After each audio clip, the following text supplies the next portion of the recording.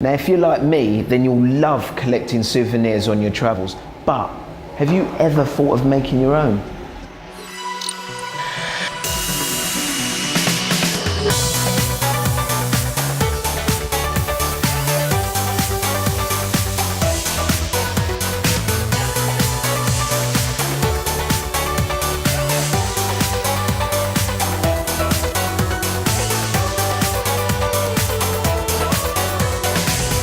Coming up on the Travel Show this week, Krista's got a hot ticket to Chicago's first ever fire festival. In Citizens, we meet the man who supplies fish to the President of Finland. Trending Travel looks at virtual ways to beat jet lag. And I go and check out the UK's first ever 3D printing cafe.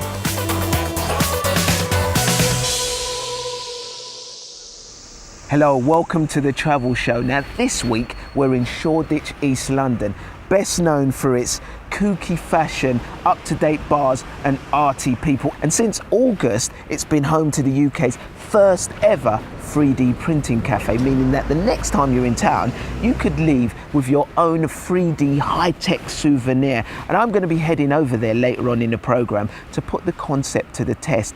But before that, it's time for us to go from a slightly overcast city to a windy one.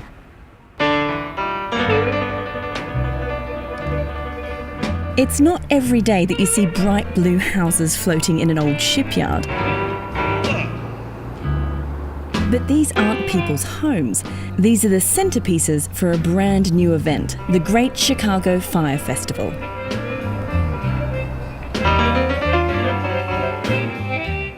It's early in the morning down here on the docks, but this place is already a hive of activity as crews prepare to get these structures into position for the festival. Bring it in, bring it in.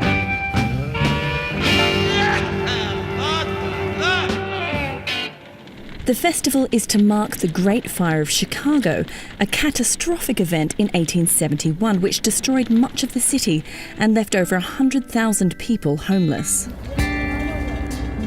I'm following the three houses along the river to downtown Chicago. Once they're there, they'll be set ablaze in front of tens of thousands of spectators. Rebecca Rugg is the festival producer. So you can see behind us there are sort of Dr. Seussian versions of kind of pre-1871 Chicago architecture, and that's what we're going to burn. But we didn't want it to seem like a scary house fire, so you can see that they're sort of playful. While the events of 1871 were tragic, the festival is focusing on the rebirth that followed. The rebuild created Chicago's stunning high-rise architecture, and the residents pride themselves on the grit that saw the city flourish after the fire. But it's no mean feat creating a world-class spectacle from scratch. Looks like Chicago is definitely going all out for this festival. As we're going along the river, the bridges are going up before us, coming down after us, and hopefully not causing too much traffic chaos in doing so. The man in charge of getting the houses into position is Matt Binns. Chicago has more moving bridges than any city in the world. We're going to be opening, I think, 22 today, just to get the maybe 7 or 8 miles from 27th Street to downtown. And the risk is, because the bridges are all very old, they're Victorian in era, a lot of them, sometimes they get stuck. Fortunately, the bridges seem to be working today, and after several hours of delicate manoeuvring, the houses arrive safely in downtown Chicago.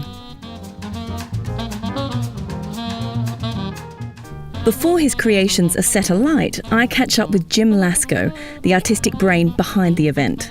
And he has big aspirations.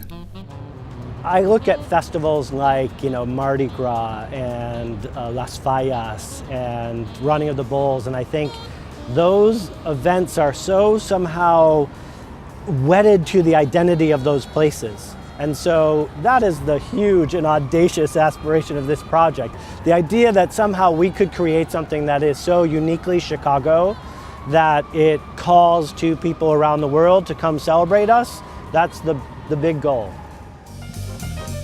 A few days later, and it's showtime. The question is, will the preparations pay off? There's been a cold snap and the weather's turned really chilly, but that hasn't stopped the people of Chicago coming out in their thousands. They're lining the banks every inch and craning to see the spectacle about to take place on the water.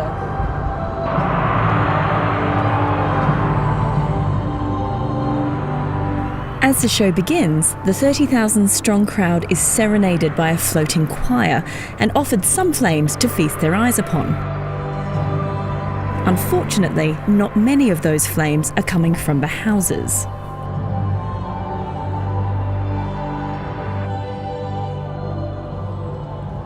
Well, things started off very spectacularly. We had flaming kayaks and steamboats, and the houses were set alight.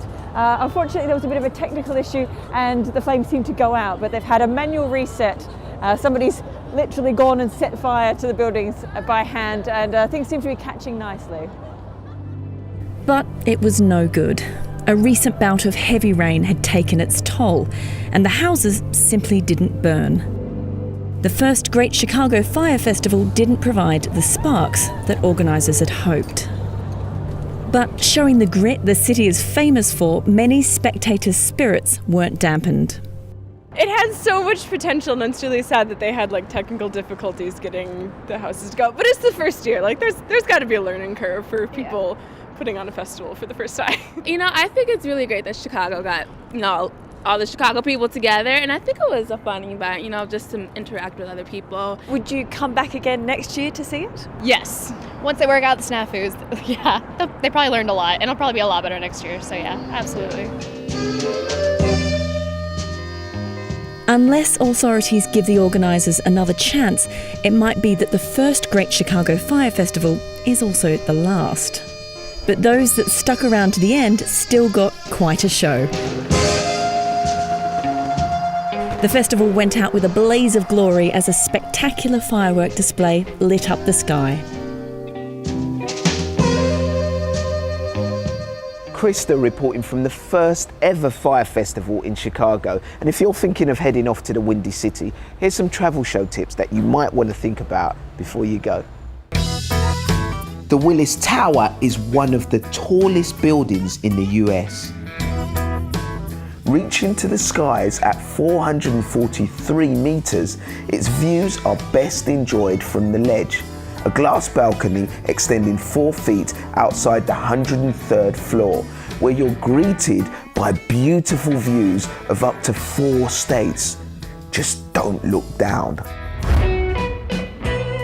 This is the birthplace of Chicago blues, and no trip here is complete without listening to some moody melodies in one of Chicago's famous blues halls. But the show scene here is not just about experiencing the blues. If you're after something more upbeat, stand-up comedy in Chicago is well renowned too. Sport is a way of life, with some of North America's best teams based here. Whether you're a fan of the Chicago Bulls, Bears or Blackhawks, single game tickets are available and prices vary from around $30 to $400. And finally, in case you were wondering, although Chicago is known as the Windy City, it's actually not significantly windier than anywhere else in the United States. But situated on the shores of Lake Michigan, it's got a fresh breeze and the weather can change quickly. So pack some layers so you don't get cold.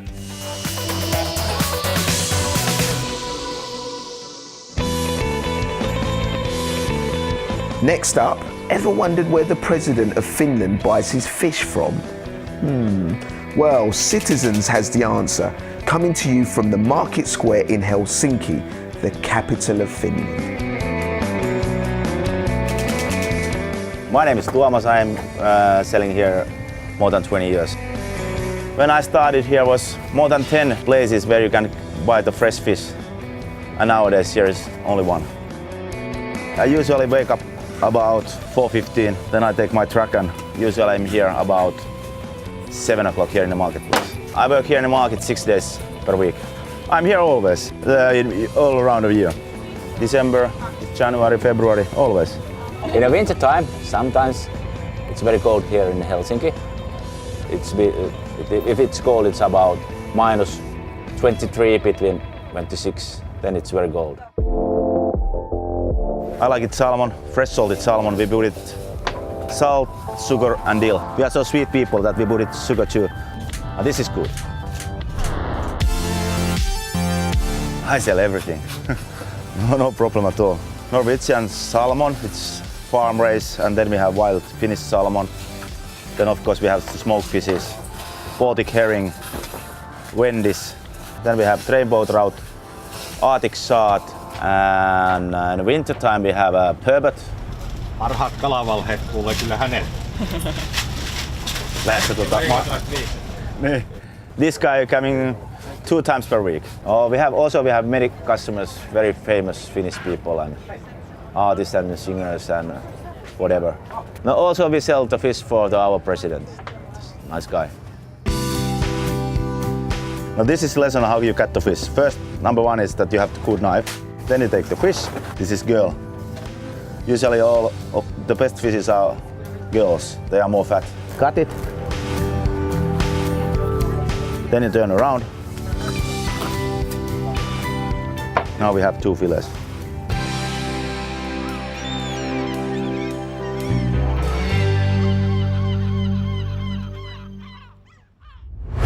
Next up, it's this week's travel update.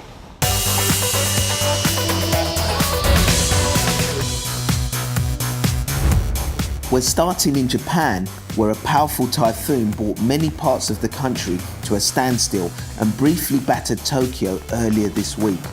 Thousands of households have lost power, and Japan's 2 largest airlines have suspended many flights. The next time you visit India, you might notice a big change. Millions of people there have joined a nationwide campaign to tidy up the country in a bid to change India's reputation as one of the world's dirtiest countries. And finally, if you're scared of heights, the Eiffel Tower's new floor may be something of a challenge. The 324-metre tower has been given a vertigo-inducing facelift as part of its 125th anniversary. Visitors can now look down on Paris through a glass floor.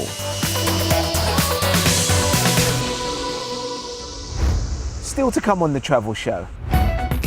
Trending Travel brings you the videos, apps and websites that you need to know about. And I try my skills at 3D printing. So stay with us and we'll see you after the break.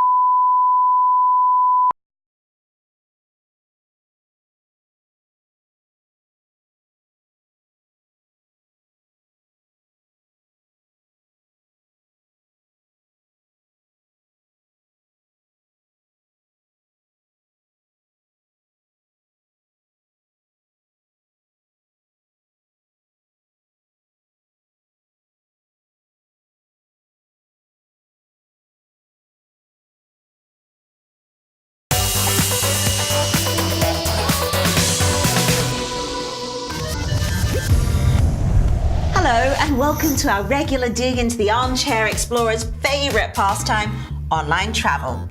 Let's start off with a couple of new apps that we've been having a play around with.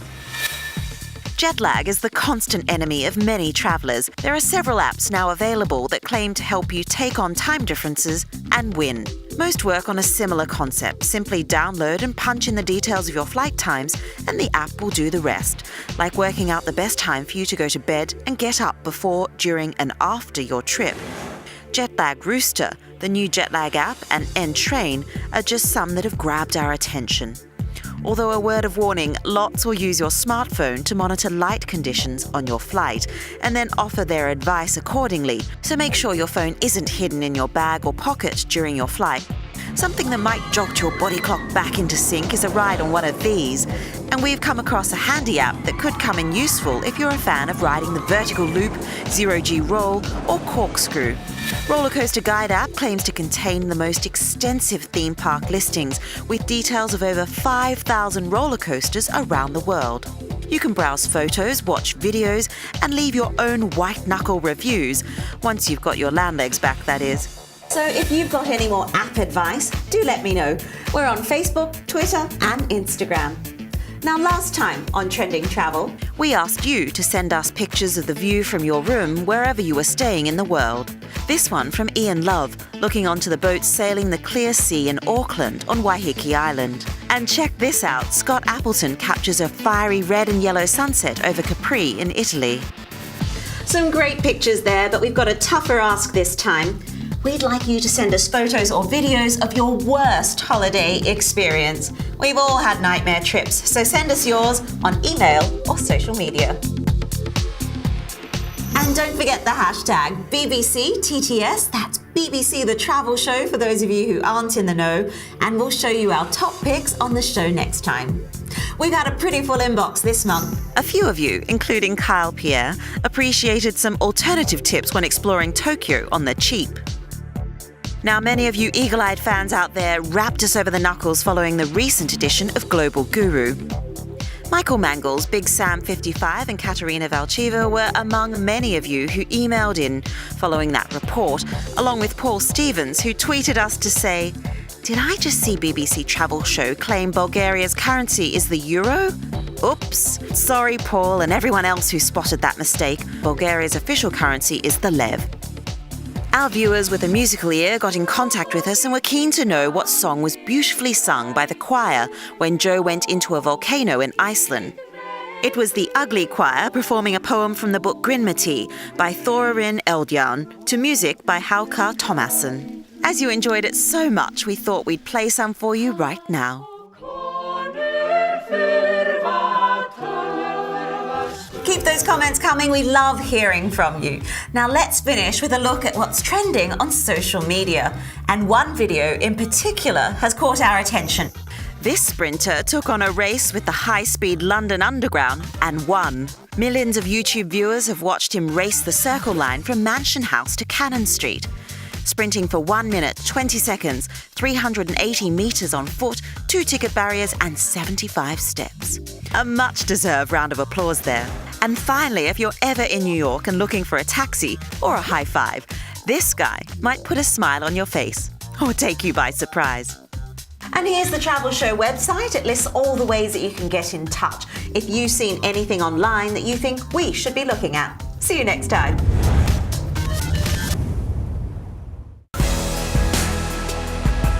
Now, to end this week, I'm in London, where the UK's first 3D printing cafe opened its doors a few weeks ago.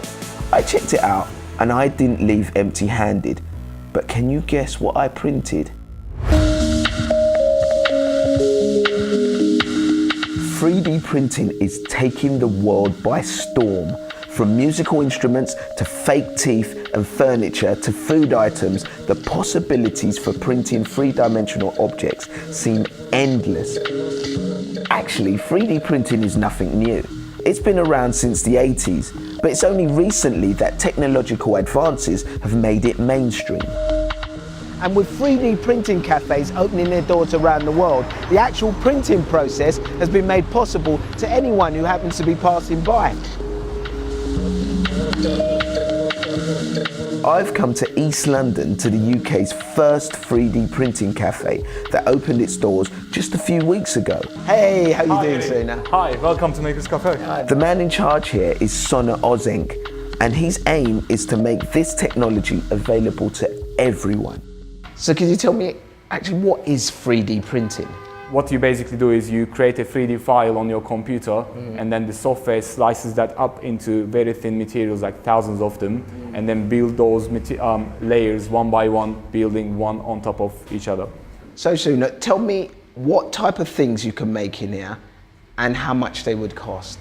Now we can obviously print in plastic, in wood, we can do ceramics, metallic.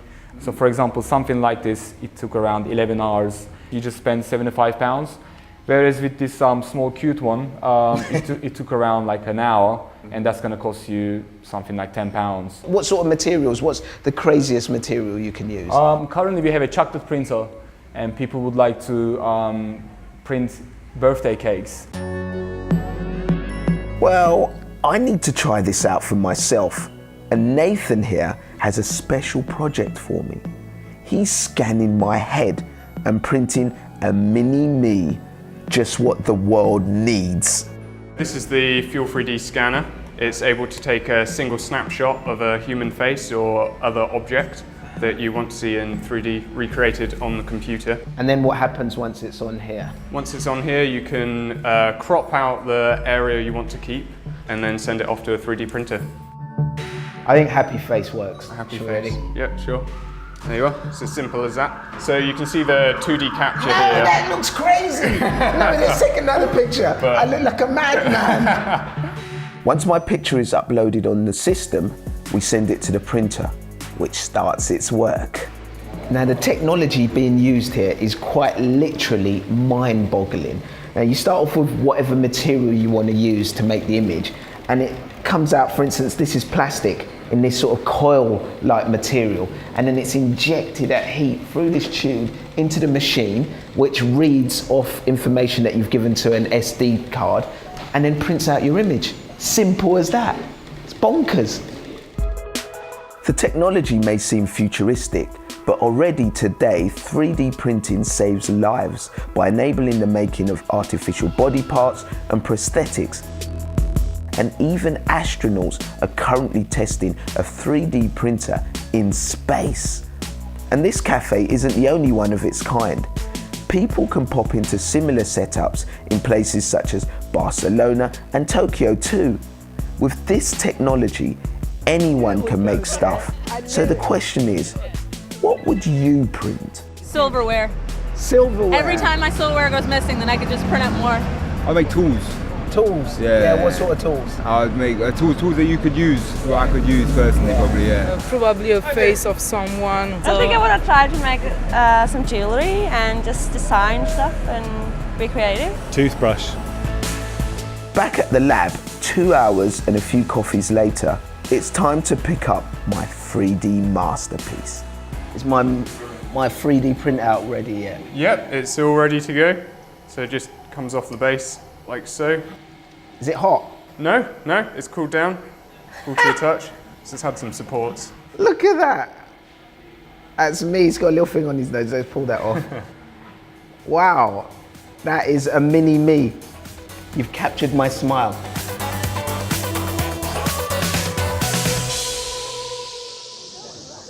Well, that's your lot from the travel show this week, but coming up next week, I take a look at disability access at some of the world's best known attractions. I was a little bit worried because when I first come in here, I've seen steps all over the place, but guess what? We've got an ancient monument with a lift. Hallelujah! So make sure you catch that if you can, and in the meantime, don't forget you can keep in touch with us by following our social media feeds, and the details should be on your screens right now, or you can catch up with our travel show archives by logging on to bbc.com/travel show. Loads there to keep you busy, but until next time, from me, Adia Depitan, and all the travel show team here in Shoreditch, East London, it's goodbye.